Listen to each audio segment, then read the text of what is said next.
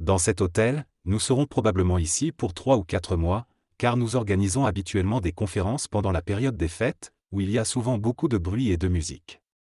Donc, nous sommes tranquilles ici. Nous vous préviendrons en cas de changement. Pour la conférence d'aujourd'hui, nous aimerions parler des contacts avec des entités ou des réalités futures. Nous avons souvent eu des expériences de contact à Montebello avec des entités intéressantes venant du futur. La question est de savoir s'il y a des différences entre les contacts futurs que nous attirons ou qui viennent nous chercher, ou s'il peut y avoir des contacts indésirables. La réincarnation joue également un rôle, car nous réincarnons dans le présent, le passé et le futur. Si nous digérons nos réincarnations passées, nous pouvons récolter l'énergie et l'expérience de ces vies antérieures, et recréer des liens sans avoir à passer par le processus lent de création d'amitié. Cependant, il est important de se demander si nous devons digérer les réincarnations futures ou nous laisser digérer par l'avenir. C'est une question intéressante à explorer. Le problème évoqué semble être lié aux vies antérieures et à leur impact sur notre vie actuelle. L'idée est que le passé existe simultanément avec le présent et le futur, dans une sorte d'instantanéité illusoire. L'humain a la capacité de vivre dans cette illusion du passé, du présent et du futur. Ainsi, si l'on a des problèmes actuellement à cause de vies antérieures, cela signifie qu'on a également des problèmes actuellement dans d'autres moments temporels. Par exemple, si l'on se dispute avec quelqu'un avec qui on souhaite avoir une relation harmonieuse actuellement, c'est parce qu'on se dispute également avec lui dans un autre moment temporel. Tout ceci a une répercussion dans notre vie présente. On peut réinventer notre passé pour réajuster notre présent. En d'autres termes, si l'on découvre qu'on se dispute dans le passé avec quelqu'un avec qui l'on veut avoir une relation harmonieuse dans le présent, on peut travailler sur cette problématique pour la résoudre dans les deux moments temporels. En changeant notre conscience et nos mémoires, on peut changer ce qui se réincarne chez nous. Le résumé de ces propos est que, selon l'auteur, l'être humain a la capacité d'améliorer sa condition actuelle et son passé à travers la réincarnation. En réglant les problèmes du présent, il est possible de créer un lien moins karmique avec les autres, ce qui conduit à de meilleures relations et à une meilleure entente.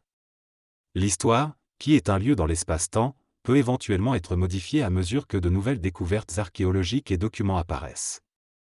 L'auteur soutient que la réincarnation ne concerne ni le passé ni l'avenir, mais est plutôt une présence constante. Cependant, il reconnaît que la majorité des individus continueront à percevoir la réincarnation comme une réalité, car ils ont des habitudes et des croyances spirituelles. L'auteur souligne que pour manipuler l'astral avec de nouvelles formes, il est nécessaire de se rapprocher de la réalité et de comprendre que l'espace-temps est une illusion. Cette personne considère que le concept de libre arbitre n'a aucune importance, car il affirme qu'il n'y a pas de réincarnation dans le passé ou dans le futur. Selon lui, les individus vivent simultanément à travers le temps, dans le passé, le présent et le futur. Il explique que nous récupérons de l'expérience en vivant dans tous ces continuums temporels. Il soutient également que la conscience est ce qui travaille toutes ces expériences, et que la notion d'individu ou d'identité n'a pas réellement de sens. Il pense que certains individus avancent rapidement dans leur compréhension de ces concepts et il considère important de parler pour eux, en laissant des traces pour aider tout le monde. Il parle également de la créativité et de la nécessité pour les êtres humains de développer leur volonté.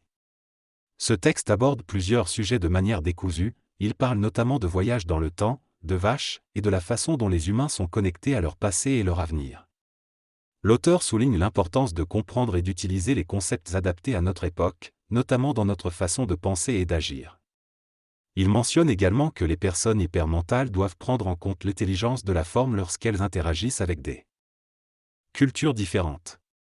En résumé, ce texte semble explorer l'idée de la simultanéité et de la multidimensionnalité de l'existence humaine. Les êtres humains vivent simultanément à travers toutes les continuités temporelles, ce qui leur permet de réincarner des mémoires du passé et de l'avenir. Cependant, il est important de comprendre que la réincarnation ne signifie pas que l'on est forcément une personne spécifique de l'histoire, mais plutôt que l'on est capable d'exprimer les mémoires de cette personne. L'être humain est à la fois un véhicule de mémoire et un être conscient, et il vit dans le passé, le présent et le futur en même temps.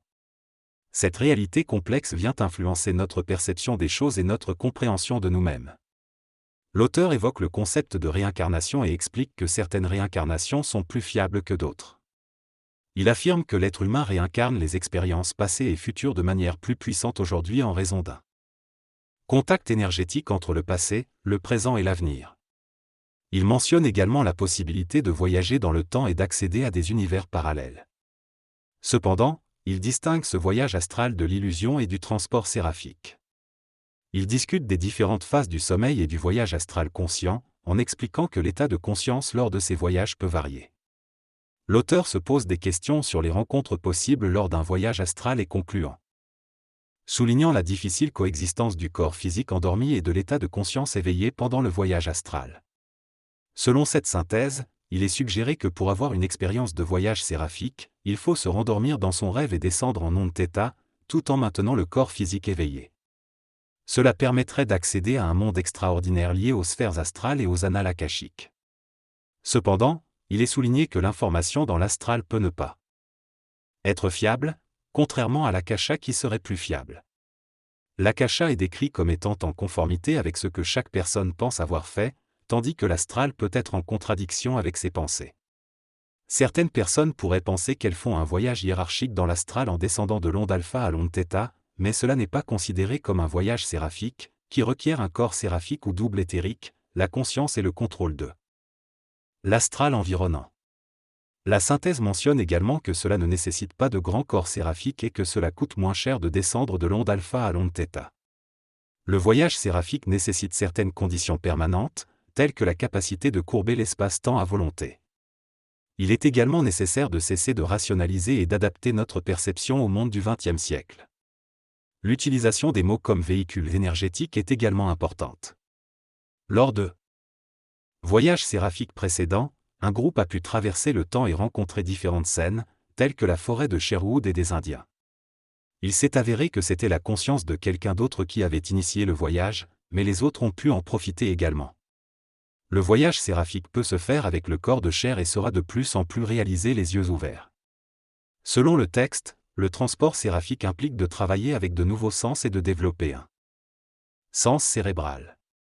Il est important de cesser de refuser ce que l'on sait et de ne pas triper sur nos connaissances.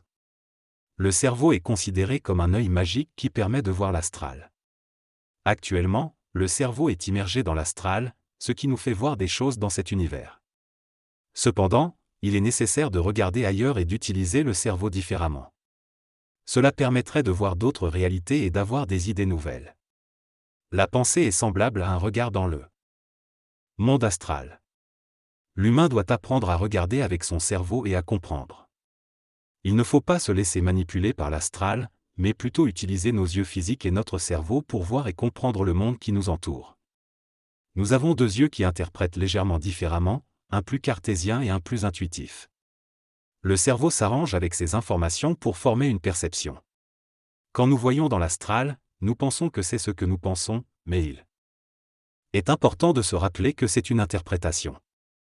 Par exemple, quand nous avons faim, nous voyons dans l'astral quelqu'un qui mange et cela nous donne envie de manger aussi. Il est donc primordial de comprendre comment notre cerveau fonctionne et de ne pas se laisser influencer par des perceptions erronées. Il semble que dans ce texte, l'auteur exprime des réflexions et des questionnements sur la conscience, la perception et le fonctionnement du cerveau. Il fait référence au fait que notre cerveau est comme un œil qui voit dans le monde astral, mais que ce que nous voyons dans ce monde ne doit pas nécessairement être exécuté dans notre vie réelle. Il mentionne également que nos pensées peuvent être influencées par ce que nous voyons avec nos yeux, que ce soit dans le monde réel ou dans le monde astral. L'auteur souligne l'importance de comprendre que notre cerveau est un outil et que nous devons rester conscients de qui nous sommes en tant qu'êtres humains. Il affirme également que pour évoluer spirituellement, l'être humain doit aller au-delà de ses limites de compréhension et ne pas tout exécuter simplement parce que cela lui vient en pensée. La personne remet en question son identité en affirmant qu'elle n'est pas son corps, son cerveau, les mondes parallèles ou l'astral. Elle cherche à comprendre ce qu'elle est réellement. Cependant, elle est avertie qu'elle ne peut pas pleinement comprendre sa nature et sa conscience en tant qu'être humain. Il est suggéré que l'animal ne peut pas comprendre la conscience humaine de la même manière. La personne est découragée de chercher des réponses à ces questions, car elles ne lui seront pas accessibles. Il est également mentionné l'importance d'être soi-même et de s'accepter avec tous les aspects de son être, y compris le corps astral et le corps physique. Finalement, il est indiqué que la conscience individuelle et son expérience sont uniques et difficiles à expliquer à autrui.